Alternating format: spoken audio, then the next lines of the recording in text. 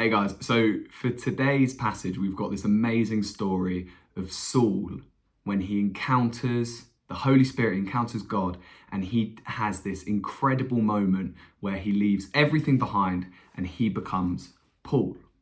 So his whole life changes. So what we're thinking about today is how incredible it is when we come to know Jesus. Okay, and I was thinking about this, and I was thinking about how much everything changes. You go from the old to the new. You leave your old life behind where you might have been making mistakes, doing things slightly wrong, doing things not the way that God intended. And then you turn and you become this new person with this new life, knowing Jesus, having Jesus as your best mate, being able to trust in the knowledge that we have a God who loves us. And I was thinking about just how big of a thing this was. And I was trying to think of a nice example of a time when this has happened. Maybe someone's come in and changed the whole culture around them. And I was thinking, this will make Megan very happy, about Liverpool Football Club. I was thinking about how when Jurgen Klopp came into that club, everything changed. Now, firstly, I just want to make this very, very clear. Jurgen Klopp is not the Messiah. Jurgen Klopp is not as important as Jesus. I know there are a few people who need to hear that in this church. But the point is the same. When Jurgen Klopp came into Liverpool, they were struggling. They hadn't ever won the league. They had this squad of players and it wasn't quite working. But Jurgen Klopp came in. He met with all of the players. He met with all of the coaches. He brought in his own coaches with him as well. And he changed the whole culture of that club. They went from playing a certain way of football to playing a new type of football. They went from old tactics to new tactics. And the thing was, Jurgen Klopp didn't just change the culture of the first 11. Jurgen Klopp changed the whole culture of the club and some of the culture of the fans, everyone who came into contact with Liverpool Football Club. And now he's in a situation where he has an amazing setup where he's got from the top team right down through the youth setup. They're all playing a certain style of football. He's changed the management style. He's changed things on the board. He's changed things for the fans.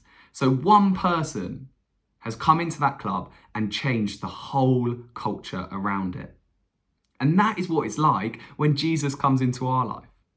When Jesus comes into our life, everything changes.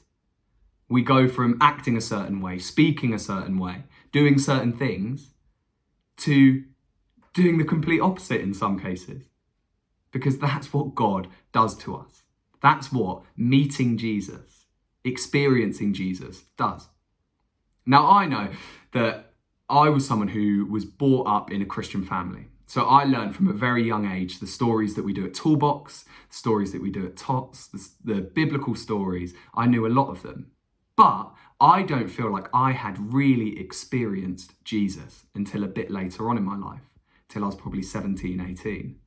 And it was then when I encountered Jesus and I experienced Jesus that I realised there were some things in my life that maybe I shouldn't have been doing, or there was some things in my life that I needed to change.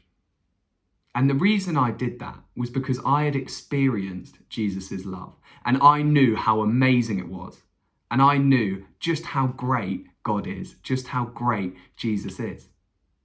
So therefore, I wanted to live my life in a way that makes Jesus happy. I didn't want to just carry on doing the old things that I was doing and might be upsetting Jesus a little bit or might be living in a way that wasn't making him very happy.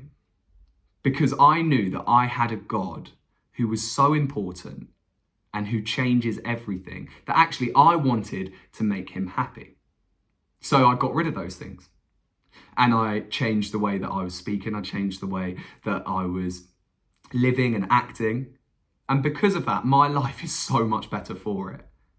Okay, I've met people that I wouldn't have met. I've got jobs that I wouldn't have got. I've met Jesse through New Wine, through being a Christian. And actually, I look back on my life and I think, what difference would my life be if I hadn't met Jesus? And the answer is everything. I wouldn't be living in Southfields, wouldn't be married to Jessie, I wouldn't have some of the best mates that I've got, I wouldn't have the job that I've got.